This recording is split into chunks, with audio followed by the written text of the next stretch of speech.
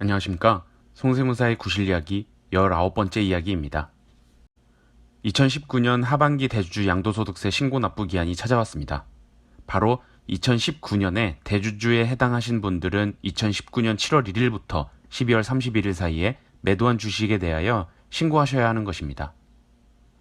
만약 상반기에도 신고를 하셨고 하반기에도 매도가 있었다면 상반기와 통산해서 신고하셔야 하는데, 상반기 매도분에 대해서는 신고할 때 세금을 납부했었고 하반기 매도분에 대해서 손실이 발생했다면 이를 통산하여 별도로 세금 환급 신청을 하셔야 합니다.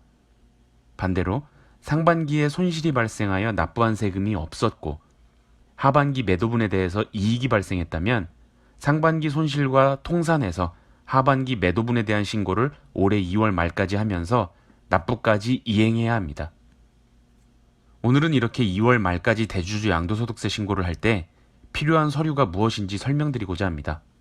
굳이 이렇게 사소한 걸 말하는 이유는 매 신고 기간마다 고객에게, 증권사 PB들에게 설명한 내용을 또 설명하게 되는 만큼 많은 분들이 이 첨부 서류를 어떻게 준비할지 모른다고 하여서 꽤 긴 시간 동안 설명하고 또 다음에 같은 내용을 설명하는 사례가 잦아 확실하게 설명드리고자 함입니다. 따라서 저의 19번째 구실 이야기를 보시는 분들 중 2019년 하반기 신고를 하셔야 한다면 본인이 직접 세무대리인 통해서 신고를 하든 증권사 PB가 신고 대행을 진행해 주든 관계없이 제가 설명드리는 대로 꼭 자료를 준비해 주시면 좋겠습니다. 첫째, 납세자의 주민등록 등본이 필요합니다. 주민등록 등본을 통해서 확인할 수 있는 것은 납세자의 주민등록 번호와 등본상 주소지를 확인할 수 있습니다.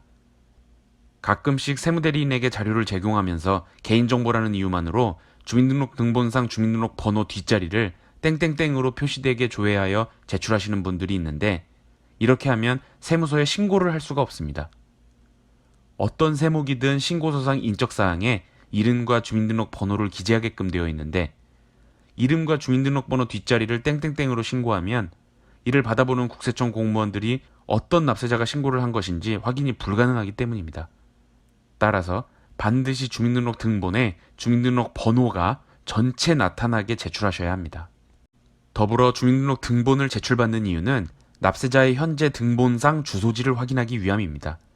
이는 납세자의 주소지 관할 세무서에 신고를 해야 하기 때문입니다. 실무적으로 관할이 다르면 A 세무서에서 B 세무서로 이관하는데 지체가 발생하기 때문입니다. 따라서 현재 유효한 주민등록 등본을 세무대리인에게 제출함으로써 납세자의 관할 세무서에 신고할 수 있어야겠습니다. 두 번째로, 양도소득세 신고를 위해 가장 필요한 서류는 바로 해당 종목의 거래 내역입니다. 즉, 소득세법상 대주주가 삼성전자이고 이를 2019년 하반기에 매도했다면 삼성전자의 거래 내역이 필요한 것입니다. 그럼 거래 내역이라 함은 무엇일까요? 지금부터 설명하는 내용이 가장 중요합니다. 결론부터 말씀드릴게요. 해당 종목에 다음의 자료가 필요합니다. 1. 해당 종목의 매도한 주식 계좌의 최초 계좌 개설 이후 최초로 해당 종목을 매수했을 때부터 2019년 12월 31일까지의 거래 내역. 2. 거래 내역을 조회할 때 매도 매수만 구분할 수도 있고 입고 출고로 구분할 수도 있는데 이를 구분하지 말고 전체로 조회할 것. 3. 만약 해당 종목을 매도한 계좌 거래 내역 중 과거 다른 계좌 또는 타 증권사의 계좌로부터 입고된 사실이 있는 경우 그 다른 계좌 또는 타 증권사 계좌의 최초 매수 시점부터 2019년 12월 31일까지 매도 매수 입고 출고 구분 없이 전체 조회하여 계좌를 제출. 명심하세요. 거래 내역 중에서도 2, 1, 2, 3 세 가지는 반드시 준비해 주셔야 합니다. 그럼 이 세 가지가 왜 필요한지 차근차근 설명드릴게요. 이유를 알아야 까먹지 않거나 본인이 맡긴 세무사가 자료를 요청할 때 아 맞다, 이래서 이런 자료가 필요했었지 라고 하실 테니까요. 제가 명심하라고 강조한 이유는 저렇게 준비하지 않으면 자료를 번거롭게 고객님들 입장에서 2번 준비해야 하는 경우가 발생합니다. 그럼 신고 업무를 의뢰한 고객도 여간 귀찮은 것이 아닙니다. 제가 많은 신고 경험을 바탕으로 고객들이 가장 불편하지 않을 자료를 말씀드리는 거니까 받아들이셔야 합니다.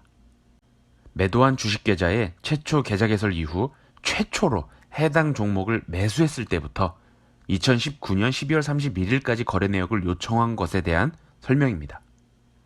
H증권사 001 계좌에서 대주주에 해당하는 삼성전자를 2019년 하반기에 매도했다면 H증권사 001 계좌를 최초로 개설한 이후로 삼성전자를 처음으로 샀던 시점부터 거래 내역이 필요한 것입니다. 그러니까 H증권사 001 계좌를 2005년 7월 1일에 개설했고 삼성전자 종목을 2005년 11월 25일부터 매수하는 것을 시작으로 2019년까지 거래해 왔다면 2015년 11월 25일 삼성전자 매수 거래 내역부터 2019년 12월 31일까지 거래 내역을 제출해야 하는 것입니다. 빈번한 사례로 2019년 하반기 양도소득세 신고를 하는 것이니까 해당 종목에 2019년 7월 1일부터 2019년 12월 31일까지 하반기 거래 내역만 보내주시는 경우가 아주 많습니다. 이렇게 제출해와서 고객들 또는 담당 PB들에게 아닙니다. 전체 거래 내역을 다 주셔야 해요. 라고 다시 설명하면 아니 2019년 하반기 신고하는데 앞선 거래 내역은 왜 필요해요? 하고 따지듯 묻습니다. 본인은 맞게 준비해서 자료를 제출했다고 생각하는데 다시 자료를 요청하니까 아무래도 귀찮고 번거로운 일이니까 따지듯 묻겠지요. 최초 거래 내역부터 거래 내역을 요청하는 이유는 선입선출법 계산 때문입니다. 2019년 하반기 그 이전부터 거래가 존재하는데도 불구하고 2019년 7월 1일부터 거래 내역을 제출하여 계산하게 되면 선입선출법에 따를 때 올바르게 계산되지 않습니다. 또한 후입선출법에 따르더라도 전체 거래 내역은 제출해야 합니다.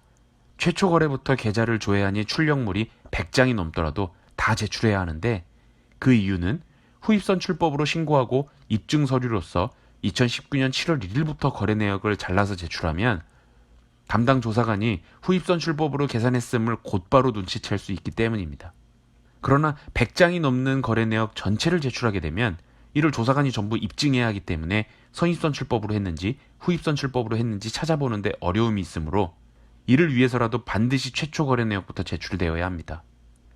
방금 말씀드린 내용은 지극히 실무적이지만 하나의 팁에 해당하기 때문에 자세한 이야기는 하기 어려우니까 더 이상 하지 않겠습니다. 다음으로 거래 내역을 조회할 때 매도 매수 또는 입고 출고를 구분하여 조회할 수 있을 텐데 이를 구분하지 말고 전체가 필요하다는 말입니다. 즉 세무사에게 제출되는 거래 내역에는 유상으로 취득한 매도 매수뿐만 아니라 본인의 타 계좌나 타인으로부터 해당 종목이 입고되거나 출고된 것까지 또는 무상주가 입고되는 등 입출고 내역까지 드러나야 합니다. 간혹 거래 내역을 매매 거래만 제출해 주셔서 계산해보면 무상주 입고가 있음에도 확인하지 못해 수량이 맞지 않거나 신고 자체를 잘못하게 되는 경우가 생깁니다. 또한 매매 거래만 제출하는 경우 타 계좌에서 입고된 주식 역시 파악하지 못하면 선입선출법이든 후입선출법이든 수량에 반드시 오류가 생길 수밖에 없습니다. 거래 내역을 매도 매수, 입고 출고 구분 없이 전체 거래 내역을 받게 되면 세무사가 이를 작업할 때 액면 분할되어 입고되는 주식을 통해 이 회사는 액면 분할이 있었구나 파악할 수도 있고 합병 입고되는 주식을 통해 이 회사는 화병이 있었구나 또는 무상주가 입고되는 것을 보고 무상증자를 했거나 주식 배당이 됐다는 사실을 파악할 수 있습니다. 또 다른 사례는 삼성전자 주식을 2005년 11월 25일부터 최초로 매수하고 또 빈번하게 팔기도 하다가 2011년 3월 31일 타인으로부터 삼성전자 주식이 입고됐다면 이는 증여일 가능성이 있으므로 만약 2019년 하반기 양도소득세 계산할 때 2011년 3월 31일 타인으로부터 입고된 주식이 취득가액으로 반영하게 된다면 증여가액이 취득가액이 되기 때문입니다. 이 모든 사례는 취득가액 계산에 직접적인 영향을 미치는 중요한 이슈입니다. 그러나 매매 거래만 제출하면 납세자의 주식 수량 파악에 오류가 발생할 수밖에 없고 그 회사에서 발생한 합병, 증자, 주식 배당, 액면 분할 등의 히스토리를 추적할 수가 없을 뿐만 아니라 타인과 주식이 입출고되는 거래가 보인다면 사전증여 혐의도 묻히게 되니 양도 차익이 잘못 계산될 수밖에 없죠. 이해되시죠? 꼭 지켜주세요. 양도소득세 신고할 때 거래 내역은 매매 거래뿐만 아니라 전체로 조회해서 제출해야 한다는 점. 거래 내역과 관련하여 끝으로 해당 종목을 매도한 계좌 거래 내역 중 과거 다른 계좌 또는 타 증권사의 계좌로부터 입고된 사실이 있는 경우 그 다른 계좌 또는 타 증권사 계좌의 최초 매수 시점부터 2019년 12월 31일까지 매도 매수 입고 출고 구분 없이 전체 조회하여 계좌 제출을 해주셔야 합니다.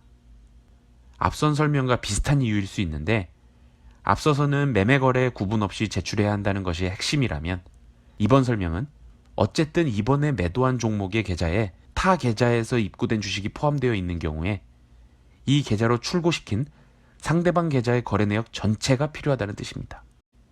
본인 명의의 K증권사 005 계좌에서 2017년 7월 1일 H증권사 001 계좌로 삼성전자 주식 100주를 보내고 이후 H증권사 001 계좌에서 하반기 중 매도하여 이에 대응하는 취득가액을 선입선출법에 따라 계산해 보니까 K증권사 005 계좌에서 입고된 100주가 포함되더라 라고 한다면 해당 100주의 실제 취득가액을 계산하기 위해서는 K증권사 005 계좌를 분석해야 합니다. 취득가액이란 실제 취득에 쓴 비용을 말하는 것인데 H증권사 001 계좌에 K증권사 005 계좌로부터 입고된 것이라면 입고는 실제 취득한 것이 아니고 입고된 주식의 실제 취득가액은 K증권사 005 계좌를 선입선출법에 따라 계산해서 얼마에 매수한 주식이 H증권사로 보내진 것인지 확인할 필요가 있는 것이죠. 사례에서 H증권사 001 계좌에 입고된 삼성전자 주식 100주에 대한 실제 취득가액을 찾고자 출고시킨 K증권사 005 계좌를 추가로 요청하면 그냥 귀찮은데 H증권사 입고일 거래 내역에 찍혀있는 단가를 써주거나 입고일 2017년 7월 1일 종가로 계산하면 안 돼요? 하는 분들이 계십니다. 아주 빈번한 사례로 발생하는 고객님들과의 가벼운 실랑이죠. 입고일의 거래 내역상 기재되어 있는 단가라든가 입고일의 종가는 납세자가 실제 취득한 가격이 아니기 때문에 올바른 세금을 계산할 수가 없습니다. 다시 강조하면 신고하고자 하는 계좌에 타 계좌 또는 타 증권사로부터 입고된 주식이 있는 경우 이를 보낸 타 계좌 또는 타 증권사 계좌의 최초 매수 시점부터 2019년 12월 31일까지 거래 내역을 매수 매도뿐만 아니라 입고 출고 등 전체가 기재되어 있는 계좌 역시 추가로 제출해 주셔야 합니다. 사실 대주주 양도소득세 신고를 함에 있어서 제출하는 자료는 간단합니다. 주민등록 등본과 거래 내역 이렇게 두 가지뿐이죠. 근데 이렇게 간단한 내용으로 정말 길게 설명드린 이유가 있습니다. 수많은 신고기한을 통해 정말 많은 고객들 또는 증권사 직원들을 상대해봤고 수많은 신고서를 작성했는데 참 신기한 게요. 2019년 상반기 때 접수했던 사람이거나 그 이전에 자주 신고했던 사람들에게도 이번에 2019년 하반기 접수를 또 받으면서 똑같은 설명을 또 하게 됩니다. 양도 차익을 계산하는데 어려운 게 아니라 당연한 자료를 제출해달라고 요청하면 왜 그걸 또 제출해요? 물어보는데 그에 따른 설명을 4명, 5명에게 하면 하루가 그냥 끝나버릴 때가 있거든요. 저의 구실 이야기를 보시는 분들이 세무대리인이 자료를 요청하는데 이런 이유 때문에 자료를 요청하는구나 라고 생각해 주시면 좋겠습니다. 다 과소신고 또는 과다신고를 하지 않기 위해, 즉 올바른 세금을 신고하기 위한 방법입니다.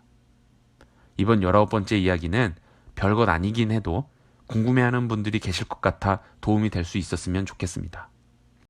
20번째 구실 이야기는 오늘 했던 이야기와 비슷한데 조금 나아가서 계좌 간 대체가 있는 경우 그렇다면 실제 취득가액은 세법적으로 어떻게 계산하는지를 자세하게 설명드리겠습니다.